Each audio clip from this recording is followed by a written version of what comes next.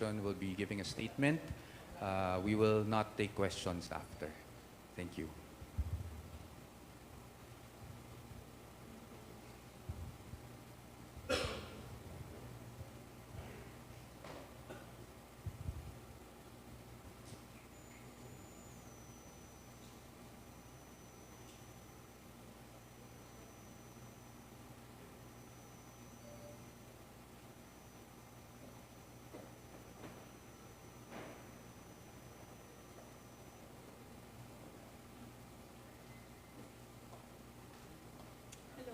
Magandang hapon. Hello. Okay na? Okay na kayo? Assalamualaikum, madayaw, maayong adlaw, kaninyong tanan. Magandang araw sa inyo lahat. Ang edukasyon, ang sandigan ng bawat nangangarap. Education is the key to success, not only of individual aspirations, but of an entire nation. As we commence preparations to embark on a new school year, we also take time to assess where we are, from where we started. Tanda ko pa nung ako'y unang manungkulan bilang kalihim ng edukasyon, sa gitna ng pangkaraniwang kaalaman natin ukol sa sitwasyon ng basic education sa ating bansa, gumugol din ako ng oras upang marinig mismo mula sa bibig ng ating mga guro, ng mga mag-aaral at mga magulang kung ano nga ba ang iba't ibang pagsubok na pinagdadaanan nila araw-araw. Ang mga narinig ko ay sari-saring kwento ng katatagan, pagmamahal sa napiling bukasyon, at pagsisikap upang makamit ang mga munting pangarap. Ang matatag agenda is not a mere campaign. Rather, it encapsulates and defines what Philippine education, along with its approximately 28 million learners and almost 1 million teachers, already embodies. It is resilient. Our children are the children of heroes. They deserve no less than an education system that can fully unleash true potential and effectively mold them into vital contributors for nation building. As I speak before you today, I speak of the road we have traveled thus far. 2 years since we accepted the gargantuan task of heading the basic education sector, we have taken big steps towards institutional reforms through the improvement of our curriculum, the acceleration of basic education infrastructure and facilities, the promotion of learners' safety and well-being, and the provision of much-needed support for teacher quality and welfare. In the last 24 months, DepEd has launched a new curriculum for kindergarten to grade 10. As we open our schools on July 29, we highly anticipate its nationwide implementation. Our curriculum, however, is a mere scrap of paper without the necessary resources for its effective delivery. In order to provide resources such as textbooks, supplemental reading materials, as well as learning tools and equipment, we took strides to improve the procurement process within the department. By the first half of the year, we are on track to complete our textbook procurement as well as the purchase of e-learning cards. The fact of fiscal restrictions and inadequate resources is known to all. Therefore, DepEd has had to innovate in the provision of basic education facilities. Alongside building new classrooms, we tapped into digital infrastructure in order to address the congestion and avoid learning disruptions during times of calamity.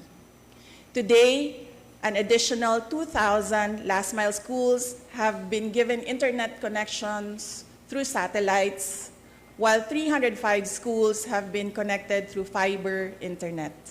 By the end of 2025, we aim for all schools to be connected.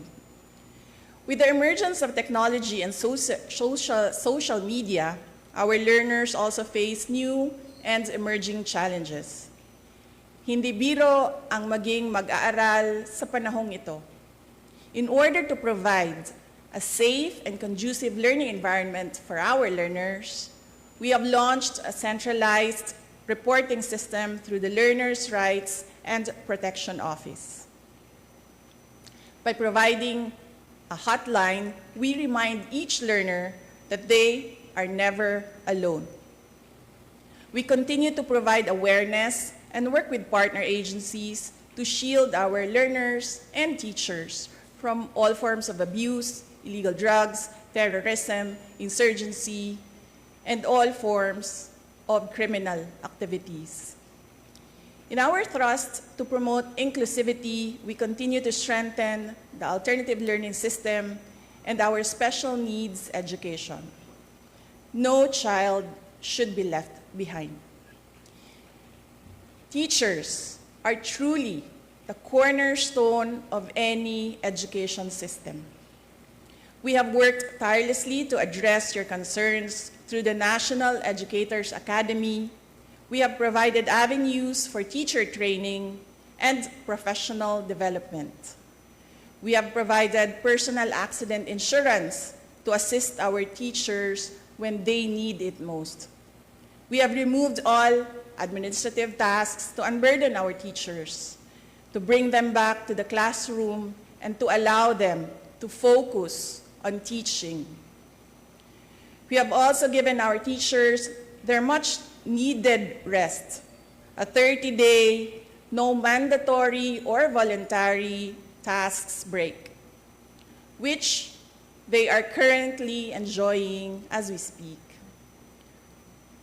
I did not do this alone, nor do I claim to have done so. I would like to take this moment to express my profound gratitude to those who took part in this journey. To our partner agencies in the national government, thank you for your commitment towards a whole-of-government approach for basic education. To our local government units, thank you for keeping education and the youth as priority projects year in and year out. To our private sector partners, whether foreign or domestic, thank you for your resolve as education champions. To my DepEd family, Execom, Mancom, Central, Regional, Division, and school officials,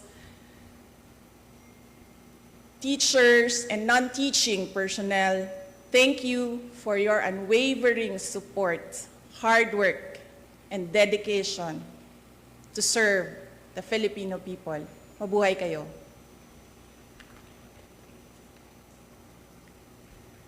To our teachers, words can never capture how grateful the nation is for your sacrifices, for your passion, and for your unrelenting commitment to rearing the youth. Salamat sa suporta, salamat sa pagiging matatag. The nation will forever be in your debts. Sa 2 taon nating pagsasama, ang kwentong nabuo natin ay kwento ng kapit-bisig na pagtaguyod sa adhikaing maitatag ang isang bansang makabata at batang makabansa.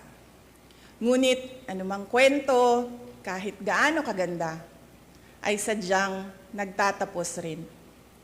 Earlier today, June 19, 2024, I sought an audience with the President and tendered my resignation as the Secretary of Education effective July 19, 2024.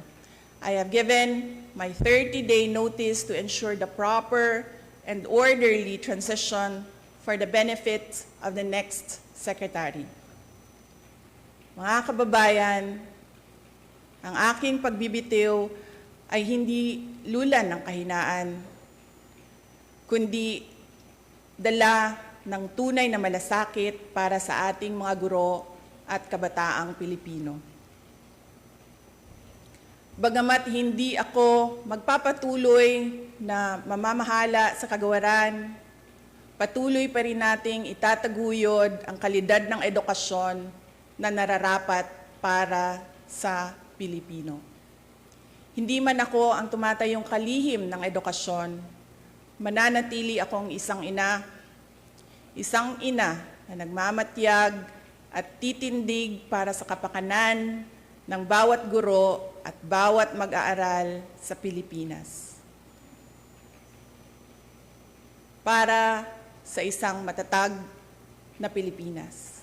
Mga kababayan, lahat ng ating ginagawa ay para sa Diyos, sa bayan, at bawat pamilyang Pilipino. Syukuran.